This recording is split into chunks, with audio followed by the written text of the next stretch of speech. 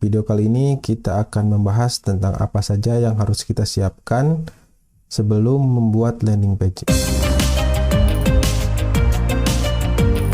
Teman-teman semua, selamat datang kembali di channel Kelas Bareng. Saya Yuwana dan di video kali ini kita akan membahas tentang apa saja yang harus kita siapkan sebelum membuat landing page. Mari kita mulai.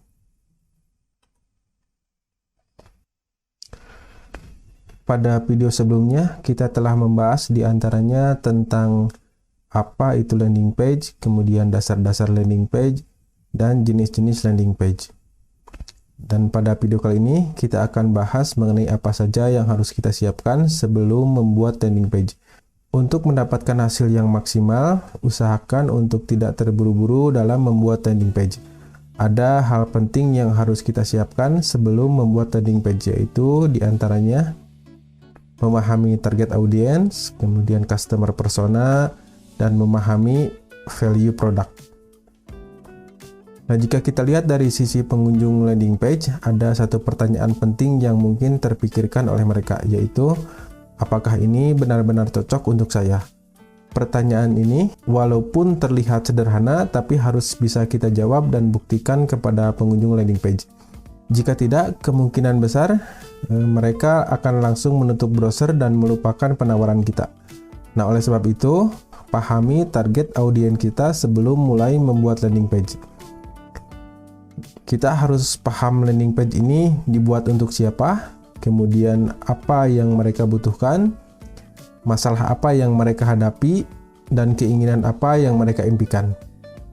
Selanjutnya, jika sudah memahami target audiens, coba pahami juga bahasa yang mereka gunakan.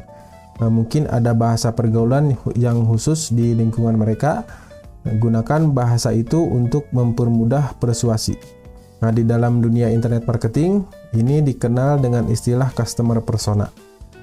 Nah, customer persona adalah sebuah gambaran nyata dari sosok pelanggan, biasanya dihasilkan dari hasil kajian dan analisis pelanggan sebenarnya. Di sini sosok pelanggan divisualisasikan dalam data yang lebih rinci.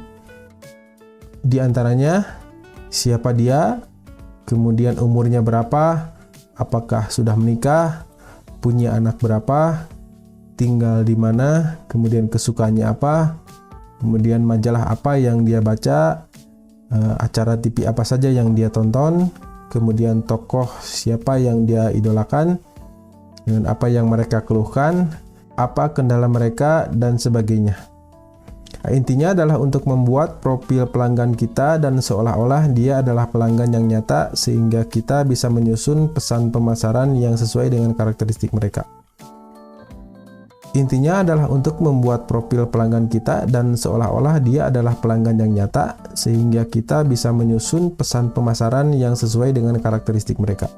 Gunakan pengetahuan kita mengenai target audiens ini untuk menyusun strategi yang lebih tepat. Jika kita sudah memahami dengan benar target audiens, maka akan lebih mudah dalam menyusun copywriting landing page yang terkesan lebih personal. Nah, sehingga customer akan merasakan seolah-olah pesan penawaran ini sesuai dengan dirinya dan ditujukan untuknya. Dan jika demikian, maka goal kita akan lebih mudah tercapai. Kita mungkin perlu membuat beberapa customer persona sehingga dapat membuat copywriting penawaran yang berbeda untuk setiap tipe audiens. Nah, sekarang jika kita sudah memahami target audiens, selanjutnya kita harus memahami value dari produk atau jasa yang akan kita tawarkan. Kita harus memahami apa yang membedakan produk kita dengan produk sejenis lainnya, apa yang spesial dari produk kita, dan apa yang unik dari produk kita di mana produk lain tidak memilikinya. Mungkin ada beberapa pebisnis online pemula yang kebingungan mengapa jualannya kurang laku atau bahkan belum pecah telur sama sekali. Padahal sudah membuat landing page dengan copywriting yang bagus, tapi kok masih belum laku juga. Bahkan sudah pasang iklan berbayar di Facebook Ad atau di Google Ad, tapi kok yang closing masih sedikit. Nah, masalahnya kadang kita terlalu fokus mengutak-atik teknik penjualan, sementara melupakan bahwa produk juga harus bagus. Apakah produknya diinginkan target audiens, dan apakah produknya bisa menjadi solusi? Nah, sebelum menyusun landing page, ada baiknya kita renungkan beberapa pertanyaan berikut. Yang pertama, apakah ada manfaat atau benefit atau kegunaan istimewa dari produk yang akan kita jual? penting sekali untuk memetakan manfaat produk yang akan kita jual, karena ini berhubungan dengan target audiens yang akan kita bidik. Produk yang memiliki kegunaan istimewa biasanya diinginkan pasar. Jika produk yang akan kita jual tidak memiliki kegunaan istimewa, maka renungkan kembali apakah kita akan tetap menjualnya. Jika tetap akan menjualnya, apakah kita dapat memberikan nilai tambah atau added value. Yang kedua adalah apakah ada alasan kuat untuk membeli produk kita. Nah, misalnya produk kita ini memiliki fitur yang tidak bisa ditemukan di produk lain, atau apakah produk ini dapat menjadi solusi dari masalah pelanggan. Kemudian yang ketiga adalah apakah sudah menangani siklus pengalaman pembelian. Untuk siklus pengalaman pembelian, misalnya proses pembeliannya berapa lama, kemudian cara pembayarannya, dan amankah transaksinya. Nah, kemudian yang kedua adalah pengiriman, berapa lama waktu yang diperlukan hingga sampai ke tangan pelanggan. Kemudian yang ketiga adalah penggunaan, apakah mudah digunakan, apakah sudah dilengkapi dengan panduan. Kemudian yang terakhir adalah perawatan, seberapa mudah dan berapa biayanya, kemudian apakah ada layanan purna jual. Jika kita berencana membuat produk sendiri, ada baiknya untuk mempelajari terlebih dahulu cara mendesain proporsi nilai produk. Jika membutuhkan bantuan, teman-teman dapat membaca buku yang berjudul Value Proposition Design. Di buku ini diajari cara untuk menentukan proposisi nilai suatu produk. Nantinya ada sebuah kanvas yang bisa kita gunakan untuk memetakan 3 hal utama terkait profil pelanggan, yaitu tugas atau job, kemudian kesulitan atau pain, dan keuntungan atau gain.